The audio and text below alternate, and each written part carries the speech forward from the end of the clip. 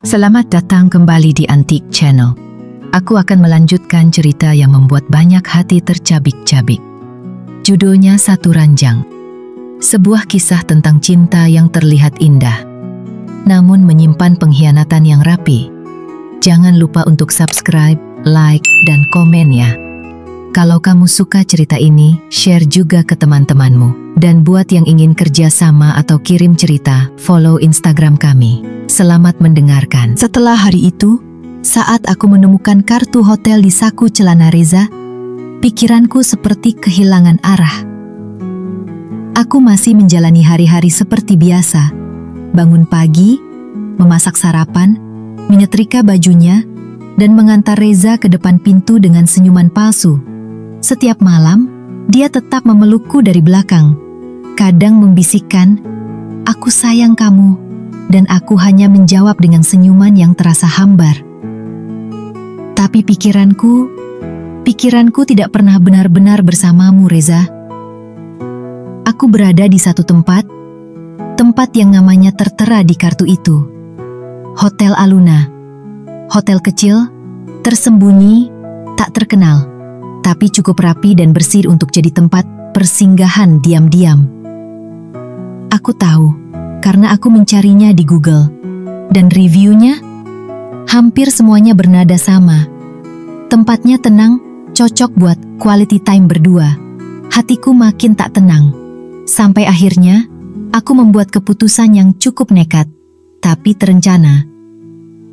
Aku bilang pada Reza, aku mau ke rumah mama besok, nginap semalam, biar kamu bisa istirahat juga.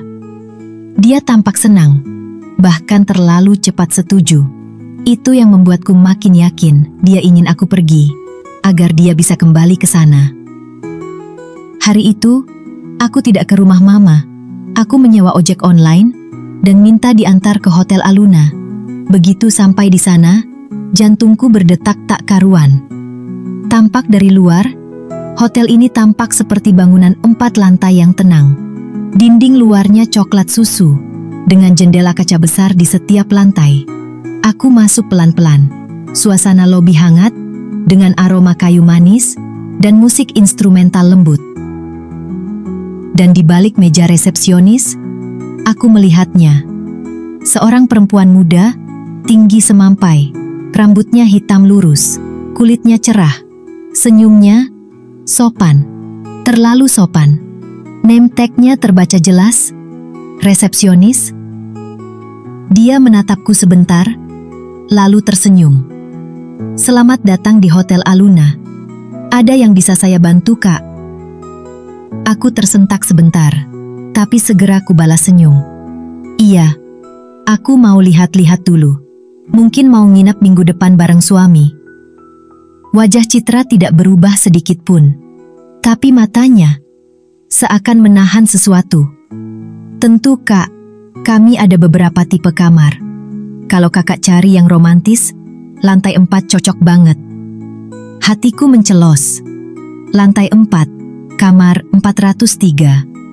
Sama seperti yang tertulis di kartu yang kutemukan. "Boleh lihat kamar itu?"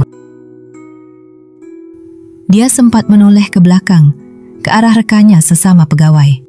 Pandangan mereka saling tukar cepat, seperti sinyal diam, tapi hanya sepersekian detik. "Kebetulan kamar itu sedang dibersihkan, Kak. Tapi bisa saya tunjukkan kamar yang serupa di lantai 3. Aku tersenyum, mengangguk, tapi dalam hati, aku tahu ada yang mereka tutupi. Kami naik lift bersama. Aku diam, memperhatikan Citra diam-diam. Wajahnya polos, tapi matanya kosong. Seperti seseorang yang menyembunyikan banyak hal. Kami sampai di kamar 312. Citra membuka pintu, menunjukkan kamar yang bersih dan tenang.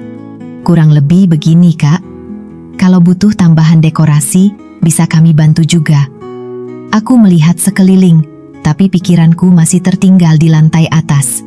Di kamar 403, di tempat Reza mungkin pernah berbaring dengan wanita ini. Selesai melihat kamar, aku pamit.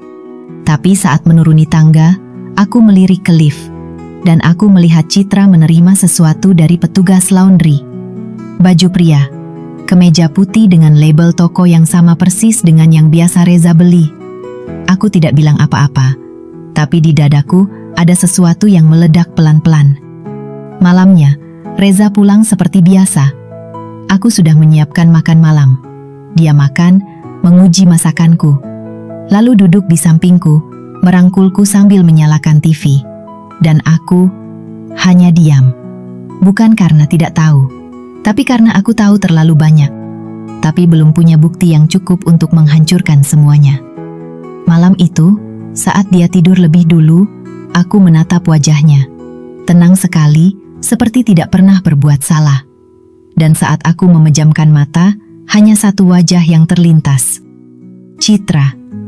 Citra, si resepsionis manis, yang bisa bicara sopan sambil berbohong, yang mungkin sudah beberapa kali bersama suamiku di kamar 403 itu. Aku tahu aku harus kembali ke sana untuk memesan kamar, untuk menyusun semua potongan puzzle yang masih menggantung.